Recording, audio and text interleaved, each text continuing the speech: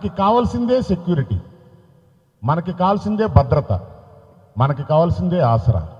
అవన్నీ బౌన్సర్ దగ్గరే దొరుకుతున్నప్పుడు, body builder దగ్గరే దొరుకుతున్నప్పుడు ఆసరాన్ని వదిలేసి, ఆ భద్రతను వదిలేసి మిగిలిన అన్నీ ఫామ్ చేసుకున్నాం.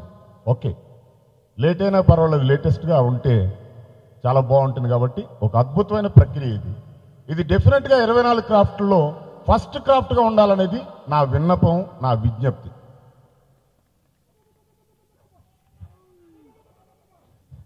అయితే 19 సంవత్సరాల నుంచి నేను ఈ కాన్స్టిట్యున్సీలో శ్రీశైలం అన్నకి కరెక్ట్గా 100 అడుగుల దూరంలో నేను ఉన్నాను. కానీ ఆయనని కలవటం ఎప్పుడు అవసరం పడలేదు, ఆ కలిసే సందర్భం రాలేదు. కానీ రీసెంట్గా ఒక 1 ఇయర్ నుంచి ఆయన్ని కలుస్తున్నప్పుడు, ఆయన చూస్తున్నప్పుడు, ఆయన గురించి రోజు వింటాం, వేరే విషయం. ఎందుకింత ఆలస్యమైంది నన్ను కలవటం అన్నంత మంచి మనసు కూడా ఆయన. న్యాయం. ఇప్పుడు 25 ఇయర్స్ క్రితం ఒక చిన్న కుర్రాడు నా దగ్గర అసిస్టెంట్ డైరెక్టర్, అతని పేరు జోగి నాయుడు. 25 ఇయర్స్ క్రితం అని జోగి నాయుడు అనే అతను పేరు ఏదో ఒక నాయుడు అని వచ్చి తేడాగా వస్తే డైరెక్ట్గా ఆయన వెళ్ళి ఎందుకు రావద్దు అంటే, మనకి ఒక భద్రత ఉంది, మనం ప్రశాంతంగా ఉండగలము అని, మన గుండెల మీద చేసుకుని ఉండగలము అనేది ఖచ్చితంగా మేము నమ్మాము, నమ్ముతున్నాము. ఈరోజు నమ్ముతున్నాం. ఎప్పటికీ శ్రీశైలం అన్న దగ్గర మేము ఇలాగే ఇంత హ్యాపీగానే ఉన్నాం. మొన్న కూడా మూవీ ఆర్టిస్ట్ అసోసియేషన్ ఎలక్షన్ అయినప్పుడు డైరెక్ట్గా ఆయన వచ్చి, నేను మీ వెనకున్నాను, మిమ్మల్ని ఎవరు ఎంత ఎలా అంటారో రమ్మనండి చూద్దాం, మీరు గెలుస్తున్నారు, నేను గెలిపించుకుంటున్నాను మిమ్మల్ని అని చెప్పాడు. మమ్మల్ని అదే విధంగా గెలిపించుకున్నాడు. ప్రతి వాళ్ళు ఓటేసి వచ్చి అన్నయ్య చెప్పాడు వేశాము, అన్నయ్య చెప్పాడు వేశాం, నవీన్ అని చెప్పాడు వేశాం. ఇదే పరిస్థితి. ఆయనకు అవసరం లేదు. కానీ ఒక న్యాయాన్ని నిలబెట్టాలి, ఒక అన్యాయాన్ని ఎదుర్కోవాలి అనే ఒక్క ధ్యాసలో మాత్రమే ఆ ఫైట్కి వచ్చాడు ఆయన. మమ్మల్ని గెలిపించుకున్నాడు. రాజేంద్ర ప్రసాద్ గారిని, శివాజీరాజుని, నన్ను, ఏడిద శ్రీరామ్ని దగ్గరుండి గెలిపించుకున్న వ్యక్తి పెద్ద ఆయన మా శ్రీనివాస్ అన్నయ్య. అయితే చిన్న శ్రీశైలమైన చిన్న ఆయనగా నిలబడి మమ్మల్ని గెలిపించుకున్నారు. ఆ రుణం ఈ 2 సంవత్సరాలు కాదు, ఎప్పటికీ కూడా ఆ రుణం మేము మర్చిపోము. మీ మాటలో, మీ బాటలో మీరు చెప్పిన విధానంగానే నడుస్తాం. ఇలాంటి ఆలోచనలు ఇంక ఎప్పుడు, ఎక్కడ, ఎలా ఉన్నా మాకు చెప్పండి. దానికి కావాల్సిన ప్రచారం ఏదైతే కావాలో ఇండస్ట్రీలో మీ తరఫున, మీ మనుషులుగా, మీ సైన్యంగా ముఖ్యంగా నేను ఉంటాను, నేనే నడిపిస్తాను. సెలవు, సే లవ్. శ్రీనివాస్ యాదవ్ గారు, శ్రీశైలం యాదవ్ గారు, శ్రీహరి, నేను దాదాపు గత 25 సంవత్సరాలుగా ఫ్రెండ్స్గా ఉన్నాం. ఈరోజు ఈ క్షణంలో వాడు ఉండుంటే, శ్రీహరి ఉండుంటే నిజంగా ఎంత అద్భుతంగా ఉండేది అనిపించింది. ఎన్నో అద్భుతాలు సృష్టించి, ఇంకా సృష్టించాల్సిన అవసరం ఉన్న సమయంలో మా అందరికి దొరకకుండా వెళ్ళిపోయాడు. అందుకు ఈ సందర్భంగా గుర్తు చేసుకొని, ఇక్కడ విజ్జి కూడా ఉన్నాడు. విజ్జి మేమంతా కూడా దాదాపు వారానికి ఒకసారి కలుసుకొని ఆనందాన్ని పంచుకునేవాళ్ళం. అలాంటి సందర్భాన్ని కోల్పోయినా ఈరోజు మేడే సందర్భంగా, బౌన్సర్స్ అసోసియేషన్ ప్రారంభోత్సవ సందర్భంగా ఇక్కడికి విచ్చేసిన తెలంగాణ కార్మిక సంఘాల నాయకులకు, కార్యవర్గ సభ్యులకు, అలాగే తెలుగు ఫిల్మ్ ఫెడరేషన్ ప్రధాన కార్యదర్శి రాజేశ్వర రెడ్డి గారికి, ట్రెజరర్ దొరయ్య గారికి, మా అసోసియేషన్ ట్రెజరర్ కాదంబరి కిరణ్కి, అట్లాగే తెలుగు ఫిల్మ్ ఫెడరేషన్ సంబంధించిన అనేక శాఖలు, అన్ని శాఖల కార్మిక నాయకులకు, మీడియా మిత్రులకు, ప్రింట్ మీడియా మిత్రులకు అందరికీ కళాభివందనాలు. నిజంగా ఈ ఏర్పాటు చూసినా ఒక తెలంగాణ వచ్చినట్టుగా ఉంది. నవీన్ యాదవ్, వెంకట్, ఈ ఇద్దరి కృషి దీని వెనకాల కనబడుతుంది. ఎందుకంటే శ్రీశైలం యాదవ్ గారికి మంచి మనసు ఉన్నప్పటికీ కూడా ఇద్దరు కొడుకులు చేదోడు వాదోడుగా ఉండి ఈ కార్యక్రమాన్ని నడిపిస్తున్నందుకు వారిని ప్రత్యేకంగా అభినందిస్తున్నాను. మేడే అంటేనే కార్మికుల ఐక్యత, కార్మికుల సఖ్యత, కార్మికుల యొక్క సంఘటిత శక్తి నిరూపించుకునే ఒక అద్భుతమైన రోజు, అద్భుతమైన వేడుక కార్మికుల హక్కులు సాధించుకునే ఒక అద్భుతమైన చైతన్య స్వరూపమే మేడే. అట్లాంటి మేడే రోజున ఈరోజు తెలంగాణ ఫిల్మ్ ఫెడరేషన్ మరియు తెలుగు ఫిల్మ్ ఫెడరేషన్ కార్మిక నాయకులందరూ కూడా ఒకే వేదికను పంచుకోవటం నిజంగా కూడా ఆనందంగా ఉంది. ఈ ఆనందం ఎంత బాగుందంటే కార్మికుల్ని, కార్మిక శక్తిని ఎవరు విడదీయలేరు. ఖచ్చితంగా కార్మికులంతా ఒకటే. వాళ్ళకు కులం లేదు, మతం లేదు, ప్రాంతం లేదు, వాళ్ళది ఒకటే కులం, కార్మికులం అని చెప్పే ఒక మంచి అవకాశం ఈ వేదిక ఇచ్చింది. ఈ వేదికను నిర్మించిన ప్రతి ఒక్కరికి కూడా అభినందనలు తెలియజేస్తున్నాను. వాళ్ళ బాడీలు పెంచుతూ ఈరోజు గత 5-6 సంవత్సరాలుగా ఏ ఫంక్షన్స్ చూసినా, ఏ ఈవెంట్స్ చూసినా, ఎక్కడ చూసినా సరే విఐపీలకు కానీ ప్రజలకు కానీ సెక్యూరిటీగా ఉంటున్నటువంటి బౌన్సర్స్ అసోసియేషన్ ఫామ్ కావడం కూడా చాలా సంతోషంగా భావిస్తున్నాము. కొద్ది రోజుల క్రితం మా ఆఫీస్కి వచ్చి కొంతమంది బౌన్సర్స్గా పనిచేస్తున్నటువంటి వారందరూ వచ్చి వాళ్ళ బాధలు చెప్పుకున్నారు. మళ్ళీ ఇమీడియట్గా మా ఫాదర్ శ్రీశైలం యాదవ్ గారు, మీరందరూ ఒక అసోసియేషన్గా ఫామ్ కాండి. మరి తెలంగాణ రాష్ట్రంలో మన మంత్రివర్యులు తలసాని శ్రీనివాస్ యాదవ్ గారు ఉన్నారు. తెలంగాణ సినిమా ఫెడరేషన్లో 24 క్రాఫ్ట్స్ ఉన్నాయి. మీది కూడా ఒక అసోసియేషన్ ఫామ్ చేసి దాన్ని 25వ క్రాఫ్ట్గా మనం ఒక రిప్రజెంటేషన్ మంత్రి గారికి ఇచ్చి మిమ్మల్ని కూడా గుర్తింపు చేద్దామని వాళ్ళకి మాట ఇవ్వడం జరిగింది. సౌకర్యాన్ని కూడా మన కార్మికులకి అందించాలని నేను మంత్రివారిని కోరుకుంటున్నాను. రాష్ట్ర ప్రభుత్వం ఇల్లు లేని వారికి డబుల్ బెడ్రూమ్ స్కీమ్ని కూడా అందిస్తుంది. అలాగే మన Telangana TV and bouncers association కూడా కల్పించవలసిందిగా నేను మంత్రివర్యులను కోరుకుంటున్నాను. Telangana cinema and TV bouncers and body building association సంక్షేమ భవనాన్ని గురించి కూడా మీరు కొంచెం ఆలోచించి దాన్ని కూడా పరిష్కరించాలని మేము కోరుకుంటున్నాము. సినిమా 24 క్రాఫ్ట్స్తో పాటు 25వ క్రాఫ్ట్గా ఈ యొక్క అసోసియేషన్ని గుర్తించవలసిందిగా నేను పెద్దల్ని కోరుకుంటున్నాను. తెలంగాణ అర్హులైన బౌన్సర్స్ అండ్ బాడీ బిల్డర్స్కి కూడా ఏదైనా గవర్నమెంట్ జాబ్స్లో అవకాశం కల్పిస్తే బాగుంటుందని కోరుకుంటున్నాము. ఇంకా ఎవరికి ఏ సమస్యలు ఉన్నా సరే వాటి గురించి పరిష్కరించడానికి మేమున్నామని, మనకు పెద్దలు కూడా ఉన్నారని మీ అందరికీ ఈ సభాపూర్వకంగా తెలియజేసుకుంటూ నాకు ఈ అవకాశం ఇచ్చినటువంటి పెద్దలకి చాలా కృతజ్ఞతలు తెలియజేసుకున్నాను. Thank you. ఏంటంటే కార్మికులకు ఇల్లు కావాలి, లాస్ట్ టైంలో బీ చేసినాము. ఎక్కువసేపు మాట్లాడకుండా 2 నిమిషాలలో ఖతం చేసేస్తాం. సీననతో కోరేటిది ఒకటే, చిత్రపూరి మధ్యలో ఒక 10 ఎకరాలు ఉంది. అది ఈ మిగతా కార్మికులకు కొందరికి రాలేదు, వాళ్ళందరికీ కూడా వచ్చేటట్టు, ఇల్లు వచ్చేటట్టు చూసి ప్రతి సినిమా కార్మికునికి మళ్ళా మేడేదాకా సినిమా కార్మికులకు ప్రతి ఒక్కరికి ఇల్లు వచ్చేటట్టు చూడాలని సీనన్నతోని ఈ మేడే రోజు కోరడం జరుగుతుంది. ఆయన మనకు ఎప్పుడు అండగా ఉంటాడు. 24కి 25 అయినా ఇంకా కొన్ని 2 యూనియన్లు కూడా మేము చర్చించి, ఎందుకంటే వాళ్ళు చాలా రిస్క్తో తీసుకున్నట్టు ఇంకొక యూనియన్ ఉంది, స్పెషల్ ఎఫెక్ట్స్ యూనియన్.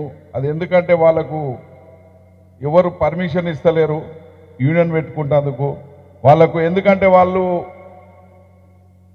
చాలా రిస్క్తో చేసే పని కాబట్టి సీనన్న వాళ్ళకు కూడా ఒక అసోసియేషన్, వాళ్ళకు కూడా ఇన్సూరెన్సు, ఇప్పుడు బాన్సర్స్ కూడా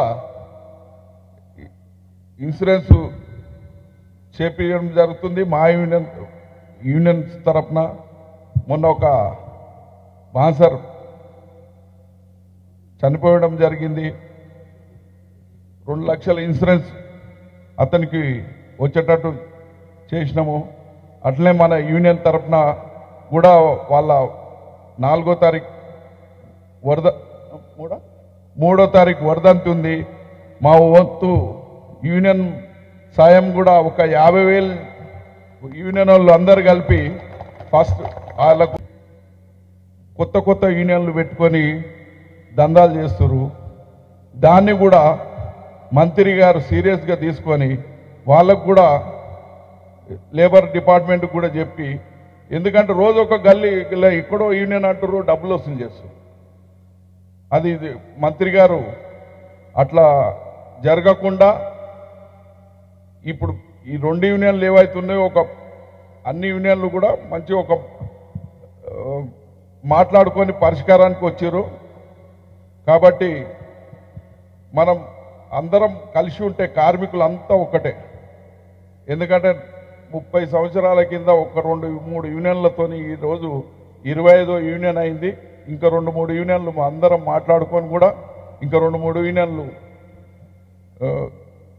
రెడీ చేసుకొని మన కార్మికులు అందరికీ మళ్ళా మేడేదాకా సొంత ఇల్లు ఉండేటట్టు చూడాలని మంత్రి గారికి హృదయపూర్వకంగా మేడే సందర్భంగా ఈరోజు Telangana cinema and TV bouncers and body builders association ఏర్పాటు జరిగినటువంటి శుభ సందర్భంలో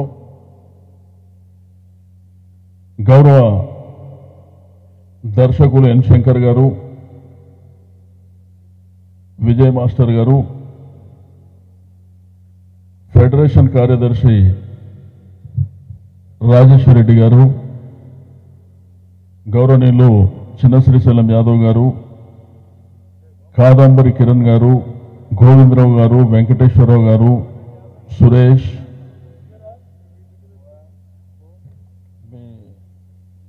నవీన్ యాదవ్ గారు, వెంకట్ గారు, ఇంకా ఫైట్ మాస్టర్స్ మీ పేర్లు తెలియదు దయచేసి ఏమనుకోవద్దు, వెంకట్, వినయ్ కుమార్, సత్యమూర్తి, సందీప్ గారు, మల్లికార్జున్, నరేష్, రామారావు, శంకర్, శ్రీకాంత్, అదేవిధంగా వేదిక మీద ఉన్నటువంటి మిగిలిన యూనియన్ నాయకులకు, పాత్రికేయ మిత్రులకు, మీడియా సోదరులకు, ఈ కార్యక్రమంలో భాగస్వామ్యం చేసుకున్నటువంటి ప్రతి ఒక్కరికి మేడే శుభాకాంక్షలు తెలియజేస్తా ఉన్నా. ఈరోజు కార్మికుల ఐక్యత కోసం మరి ప్రపంచంలో జరిగిన పోరాటంలో భాగంగా పని దినాలు ప్రతిదినం 8 గంటలు ఉండాలనేటువంటి ఒక ఉద్యమ రూపంలో జరిగినటువంటి పోరాటమే అది సాధించుకున్న తర్వాత వచ్చిందే మేడే. మరి ఈ మేడే సందర్భంగా ఇక్కడ అసోసియేషన్ ఏర్పాటు చేసి మరి మనకు ఉన్నటువంటి అనేకమైనటువంటి అవకాశాలని మన యొక్క టాలెంట్ ద్వారా నిరూపించుకోవాలనేటువంటి సంకల్పంతో మరి ఈ కార్యక్రమాన్ని ఏర్పాటు చేయడం. ఉదయం కూడా అన్నపూర్ణ స్టూడియోలో జరిగినటువంటి సందర్భంలో కూడా మరి అక్కడ ఫెడరేషన్ సంబంధించినటువంటి పెద్దలు రాజేశ్వర్ రెడ్డి గారు, కాదంబరి కిరణ్ గారు అక్కడ కార్యక్రమాన్ని ఏర్పాటు చేస్తే అక్కడ కూడా పార్టిసిపేట్ చేయడం జరిగింది. అయితే ఈరోజు తెలంగాణ ప్రభుత్వం గౌరవనీయులు మన ముఖ్యమంత్రి గారు కేసీఆర్ గారి నాయకత్వంలో తప్పకుండా బంగారు తెలంగాణ సాధ్యం చేయాలనేటువంటి సంకల్పంతో బంగారు తెలంగాణ నిర్మాణం అంటే హరిజన, గిరిజన, బడుగు, బలహీన వర్గాలు, మైనారిటీలు, అట్టడుగునున్నటువంటి పేద ప్రజానీకం కళ్ళల్లో ఆనందం చూడడమే బంగారు తెలంగాణ యొక్క ముఖ్య ఉద్దేశం అని చెప్పి నేను ఈ సందర్భంగా తెలియజేస్తా ఉన్నాను. చరిత్ర మారింది, తెలంగాణ రాష్ట్రం ఏర్పడ్డది. మరి ఏర్పడ్డ తెలంగాణ రాష్ట్రంలో వాళ్ళని వీళ్ళని అడుక్కొని బతిమలాడేటువంటి పరిస్థితులు పోతాయని చెప్పి నేను ఈ సందర్భంగా తెలియజేస్తా ఉన్నాను. మీకు అందరికీ తెలుసు, ఈరోజు సమాజంలో ఉన్నటువంటి ఎన్నో ప్రభుత్వాలను మనం చూడడం జరిగింది. ఈరోజు మద్రాస్ రాష్ట్రం నుంచి హైదరాబాద్కు సినిమా ఇండస్ట్రీ రావడానికి ఎందరో మహానుభావులు కృషి చేసిండ్రు. మరి వారి యొక్క కృషి ఫలితమే ఈరోజు హైదరాబాద్లో ఇండస్ట్రీ ఏర్పడడం. మరి ఏర్పడినటువంటి ఇండస్ట్రీని తప్పకుండా తెలంగాణ రాష్ట్రంలో ఇంకా ముందుకు తీసుకువెళ్తామని చెప్పి నేను ఈ సందర్భంగా తెలియజేస్తా ఉన్నాను. ఈరోజు ముఖ్యమంత్రి గారి ఆశయం ఆలోచన కూడా మన హైదరాబాదే భారతదేశానికి సినిమా ఇండస్ట్రీకి కేంద్రం కావాలనేటువంటి తలంపు మన ప్రభుత్వానికి ఉందని చెప్పి నేను ఈ సందర్భంగా తెలియజేస్తా ఉన్నాను. అయితే సినిమా ఇండస్ట్రీకి కులము మతము ప్రాంతాలు సంబంధం లేదు. అయితే యూనియన్లో ఉన్నటువంటి పెద్దలు కానివ్వండి, ఫెడరేషన్కు సంబంధించినటువంటి పెద్దలు కానివ్వండి, సినిమా ఇండస్ట్రీకి సంబంధించినటువంటి పెద్దలు కానివ్వండి, యువకులలో ఉన్నటువంటి టాలెంట్ని దృష్టిలో ఉంచుకొని వాళ్ళని ప్రోత్సహించవలసినటువంటి అవసరం ఉన్నది. మరి వీళ్ళని ఎందుకు తీసుకుంటాం లేదంటే మీరెందుకు కూడా ఇక్కడ ఉంటారని అడగవలసినటువంటి సందర్భం కూడా వస్తుంది. మరి ఆ విషయాలన్నీ గమనంలోకి పెట్టుకొని ఈరోజు మీరెంత అవసరమో మరి ఇక్కడ పుట్టిన బిడ్డలు కూడా అంతే అవసరం ఉంటుందని చెప్పి నేను ఈ సందర్భంగా తెలియజేస్తా ఉన్నాను. ఈరోజు సమాజం మారింది. సమాజాన్ని బట్టి మనం నడవవలసినటువంటి అవసరం ఉంటుంది. మీ హక్కుల విషయంలో, మీ అభివృద్ధి విషయంలో, మీ ఫెడరేషన్ల విషయంలో ఎవరన్నా తలదూరిస్తే కూడా తప్పకుండా మీకు కూడా సహకరించడానికి మేము సిద్ధంగా ఉంటాం. కానీ మనం అందరం ఒక కుటుంబంలాగా ముందుకు వెళ్ళవలసినటువంటి రోజు ఆసన్నమైందని చెప్పి నేను ఈ సందర్భంగా తెలియజేస్తా ఉన్నాను. చరిత్ర తీసుకుంటే సినిమా ఇండస్ట్రీ ఒక గుత్తాధిపత్యంలాగా నడుస్తుంది. అది మారాలి. డెమోక్రటిక్ సిస్టంలో మనం ముందుకు వెళ్ళవలసినటువంటి అవసరం ఉన్నది.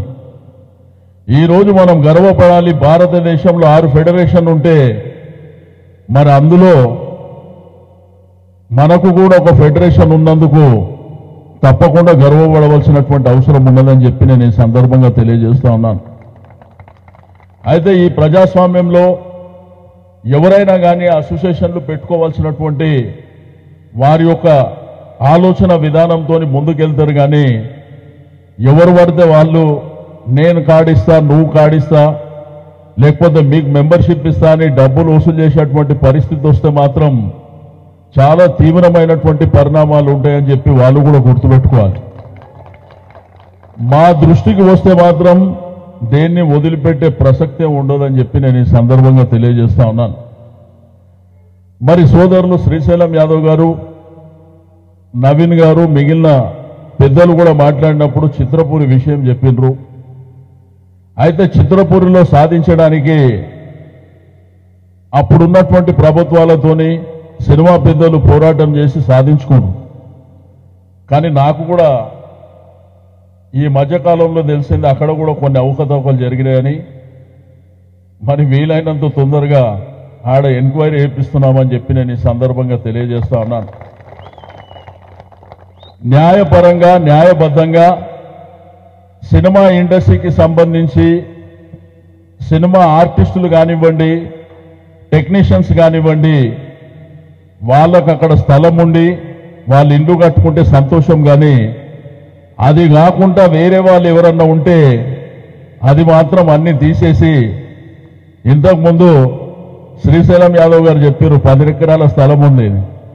అక్కడ స్థలం సినిమా ఇండస్ట్రీకి సంబంధించి కాకుండా ఖాళీ స్థలం ఉన్న ప్రాంతం కానీ లేకపోతే మిగిలిన ఎవరన్నా దాన్ని కబ్జా చేసుకున్నటువంటి పరిస్థితి ఉంటే అదంతా ఎంక్వైరీ చేసిన తర్వాత ఆ మిగిలిన జాగా ఈ ఫెడరేషన్కు సంబంధించినటువంటి 24 క్రాఫ్టులు కానివ్వండి, బౌన్సర్స్ కానివ్వండి, తప్పకుండా ఇల్లు లేనటువంటి ప్రతి ఒక్కరికి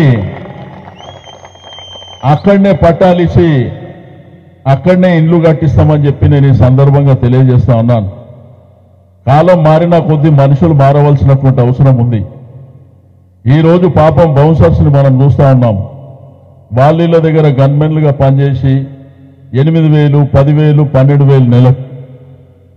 లేదు ఏదన్నా షూటింగ్స్ కానీ లేకపోతే ఏదన్నా అకేషన్స్ జరిగినప్పుడు మరి ఆ సినిమా హీరోలు, హీరోయిన్లు, ఆర్టిస్టులను తీసుకుపోయేటువంటి ఏదన్నా ఫంక్షన్స్ జరిగితే 800-1000 రూపాయలు, అది రోజు కూడా వచ్చేటువంటి పరిస్థితి ఉండదు. ఎప్పుడో ఆ సందర్భాన్ని బట్టి ఆ ప్రోగ్రాంలను బట్టి వాళ్ళకు ఆ డబ్బు వస్తుంది. కానీ వీళ్ళ బాడీని చూస్తుంటే పాపం వాళ్ళు కష్టపడే ఆ కసరత్తు, మరి తీసుకునేటువంటి ఆ వ్యాయామం చేసిన తర్వాత తీసుకునేటువంటి ఆ పాలు కానివ్వండి, లేకపోతే మిగిలినటువంటి ఏవైతే తీసుకునే ఆహారం కానివ్వండి, దేనికి సరిపోదని చెప్పి నేను ఈ సందర్భంగా తెలియజేస్తా ఉన్నాను. తప్పకుండా మరి యూసుఫ్గూడ, వెంకట్ నగర్, అదేవిధంగా మధుర నగర్, లేకపోతే ఈ ప్రాంతంలో మీరు ఫస్ట్ ఈరోజు యూనియన్ పెట్టి మీరు వీలైనంత తొందరలో ఒక మంచి ఆఫీస్ ఏర్పాటు చేసుకోండి. ఆ ఏర్పాటు చేసుకొని మనం కూడా నెలకింత దాంట్లో జమేసుకుందాం. అవసరం ఉన్నప్పుడు, సందర్భం ఉన్నప్పుడు ప్రభుత్వం పూర్తిగా మీకు సహాయ సహకారాలు అందించడానికి సిద్ధంగా ఉంటుంది. మీరు ఏదైతే అసోసియేషన్ ఏర్పాటు చేసుకొని దాంట్లో ఒక జాయింట్ అకౌంట్ ఓపెన్ చేసుకోండి. దానికి మొదలు 5 లక్షల రూపాయలు నేనే ఇస్తానని చెప్పి నేను ఈ సందర్భంగా తెలియజేస్తాను. మీరు కూడా ఒక క్రమశిక్షణతోని పద్ధతి ప్రకారం, ఎందుకంటే మనం చేసుకునేటువంటి వృత్తి, మనం పెద్దలను కూడా గౌరవించి ఏదో మనకు యూనియన్ వచ్చింది, అసోసియేషన్ వచ్చిందని ఎవరి మీద పడితే వాళ్ళ మీద డాగేయకుండా మనకు కావలసినటువంటి మనకున్నటువంటి టాలెంట్ని దృష్టిలో పెట్టుకొని మరి పెద్దలు ఫైట్ మాస్టర్స్ దగ్గరికి వెళ్ళి అవకాశాల కోసం మీరు వాళ్ళతో మాట్లాడవలసినటువంటి అవసరం ఉంది. ఒకటి ఏంటంటే 2 విధాలుగా ఉంటుంది. ఒకటేమో క్రమశిక్షణ, పట్టుదల, బాధ్యత. ఆ బాధ్యతతో మనం ముందుకెళ్ళాలి రెస్పెక్ట్గా. ఇక అవి వినప్పుడు అది వేరే విధంగా మనం చూసుకుందాం, అది దానికి పెద్ద విషయం ఏం కాదు. అయితే మనలో ఒక క్రమశిక్షణ అనేది కంపల్సరీగా రావాల్సినటువంటి అవసరం ఉంది. రెండోది, నేను శ్రీశైలం యాదవ్ గారికి, అదేవిధంగా రాజేశ్వర రెడ్డి గారికి, కిరణ్ గారికి, మిగిలిన యూనియన్ పెద్దలకు కొద్దిగా ఫేక్ అసోసియేషన్స్ ఏమన్నా వస్తే మీరు ఇమ్మీడియట్గా నా దృష్టికి తీసుకురండి. అవసరం అనుకుంటే పోలీస్ స్టేషన్ లేపిద్దాం వాళ్ళని. ఎందుకంటే పాపం జిల్లాల నుంచి ఏదో మాకేమన్నా ఆధారం దొరుకుతుందని వచ్చిన వాళ్ళ దగ్గర 50,000, 1,00,000 రూపాయలు, 2 లక్షలు తీసుకుంటారు అనేది కూడా నా దృష్టికి రావడం జరిగింది. మీరు ఇస్తే తప్పకుండా వాళ్లకు సీరియస్గా పనిష్మెంట్ ఉంటుందని చెప్పి నేను ఈ సందర్భంగా తెలియజేస్తా ఉన్నాను. ఈరోజు తెలంగాణ రాష్ట్రం లోపల కేసీఆర్ గారి నాయకత్వంలో తప్పకుండా మీ అందరికీ న్యాయం జరుగుతుందని చెప్పి నేను ఈ సందర్భంగా తెలియజేస్తా ఉన్నాను. ఆ మధ్య కాలంలో నేను పొద్దున కూడా చెప్పిన, మనకున్నటువంటి ఇక్కడ బంజారాహిల్స్ లో నేను లాస్ట్ టైం రాజేశ్వర రెడ్డి గారు ఇక్కడే ఉన్నారు, ఆర్ట్ డైరెక్టర్. వాళ్ళు పాపం కష్టపడి రూపాయి పోగేసుకొని బంజారాహిల్స్ లో మంచి బిల్డింగ్ కట్టిరు, 3 ఫ్లోర్లు. కాబట్టి మనం కూడా, అంటే మీరందరూ కూడా పెద్దల సహకారం తీసుకొని మనకంటూ బేసిక్గా ఒక ప్లాట్ఫామ్ ఉండాలి. ఆ ప్లాట్ఫామ్ ఉంటేనే మనం ఏదన్నా కానీ మాట్లాడుకోవడానికి అవకాశం ఉంటుంది. ఈరోజు సినిమా ఇండస్ట్రీలో చాలా మంది మేము లేకపోతే ఏముంటుంది అనేటువంటి విధంగా ఉన్నారు కొంతమంది. కానీ మీరు లేకపోతే కూడా వాళ్ళు కూడా ఉండరు, అది కూడా గుర్తుపెట్టుకోవాలి. ఈరోజు లైట్ బాయ్ నుంచి మొదలుకొని మరి టెక్నీషియన్స్ కానీ, ఫైటర్స్ కానీ, ఏదైతే అక్కడ భోజనం సప్లై చేసేటువంటి బాయ్ కానీ, ప్రతి ఒక్కరు మీ అందరి శ్రమ తప్పకుండా ఆర్టిస్టుల సహాయ సహకారాలతోనే మన జీవనోపాధి కొనసాగాలని చెప్పి నేను ఈ సందర్భంగా తెలియజేస్తా ఉన్నాను. ఇండస్ట్రీలో కూడా ఎవ్వరితో మనకు విభేదాలు లేవు. మన ప్రభుత్వం పూర్తి స్థాయిలో సినిమా ఇండస్ట్రీని ముందుకు తీసుకువెళ్ళడానికి అందరి సహకారంతోనే మనం ముందుకెళ్లడం జరుగుతుంది. ఎందుకంటే తెలంగాణ రాష్ట్రం వచ్చేసింది. ఈ హైదరాబాద్లో నివాసం ఉంటున్నటువంటి ప్రతి ఒక్కరు తెలంగాణ బిడ్డగానే పరిగణించడం జరుగుతుందని చెప్పి నేను ఈ సందర్భంగా తెలియజేస్తా ఉన్నాను. ఎవరికి ఏ ఆపదున్నా తప్పకుండా ప్రభుత్వం మీకు సహాయ సహకారాలు అందించడానికి సిద్ధంగా ఉందని చెప్పి నేను ఈ సందర్భంగా తెలియజేస్తా ఉన్నాను. మరి అదేవిధంగా అసంఘటిత కార్మికులుగా గుర్తించాలి అని చెప్పి నవీన్ యాదవ్ గారు చెప్పినారు. తప్పకుండా మీరు జాయింట్ కమిషనర్ గంగాధర్తో మాట్లాడుని లేబర్ డిపార్ట్మెంట్తోని వారికి కూడా నేను డైరెక్షన్స్ ఇస్తా. మీకు ఏ అవకాశాలున్నా ప్రభుత్వం ద్వారా సంక్రమించేటువంటి అవకాశాలు ఏమున్నా కానీ నా దృష్టికి తీసుకురండి. తప్పకుండా సంబంధిత అధికారులతో మాట్లాడి వీలైనంత వరకు కోఆపరేట్ చేయడం జరుగుతుంది. ఏదో అరచేతిలో వైకుంఠం చూపించినట్టు అన్ని చేసేస్తాను నేను చెప్పను, కానీ అవకాశం ఉన్నంత వరకు మాత్రం తప్పకుండా మీకు కోఆపరేట్ చేయడానికి మేము సిద్ధంగా ఉన్నామని చెప్పి నేను ఈ సందర్భంగా తెలియజేస్తా ఉన్నాను. కాబట్టి ఈరోజు ఎంతో సంతోషదాయకమైనటువంటి సందర్భం. సుమారు 800 మంది బౌన్సర్స్ మరి డిఫరెంట్గా వేరే ఆర్గనైజేషన్స్లో ఉన్నా కానీ అందరు కలిసి ఒక ప్లాట్ఫామ్ మీద రావడం అనేది మరి నిజంగా అభినందనీయమని చెప్పి నేను ఈ సందర్భంగా తెలియజేస్తా ఉన్నాను. నాకు మీ బౌన్సర్స్ అంతా ఒక యూనియన్ ఏర్పాటు చేస్తే మహేష్ బాబు గారు ఆ సినిమాలో ఏదో డైలాగ్ ఉంది, బిజినెస్ మ్యాన్ అనుకుంటా, మీరు ఇమాజిన్ చేయండి ఒక 50 మంది గన్లు పట్టుకొని వస్తే ఎట్లుంటుందంటే ఈ బౌన్సర్స్ 800 మంది రోడ్డు మీద నడుస్తే ఎట్లుంటుందో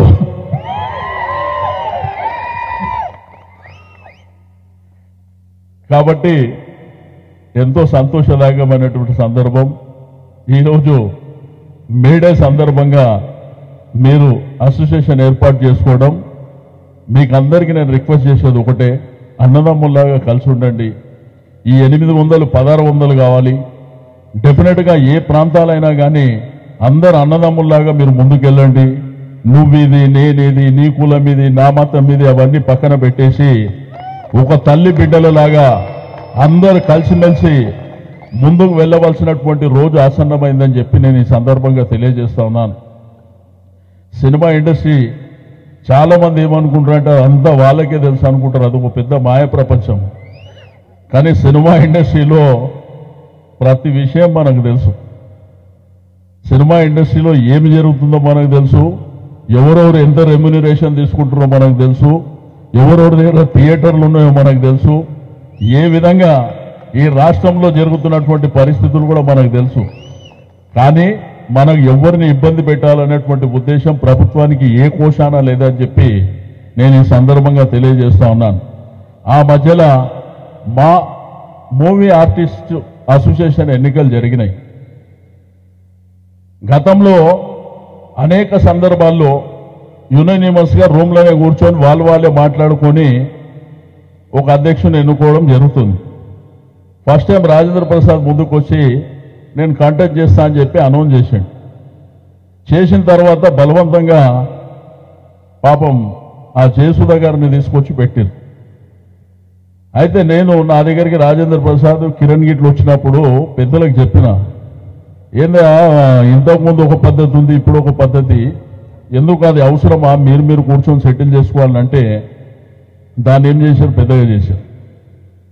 ఆ రోజు జయసుధ గారిని పక్కన కూర్చోబెట్టుకొని ఈ మూవీ ఆర్టిస్ట్ అసోసియేషన్కు అధ్యక్షుడిగా ఒక 7-8 సార్లు ఉన్నటువంటి వ్యక్తి ఏం చెప్తాడంటే, పాపం ఆడపడుచని అవకాశం ఇచ్చినామని చెప్పి.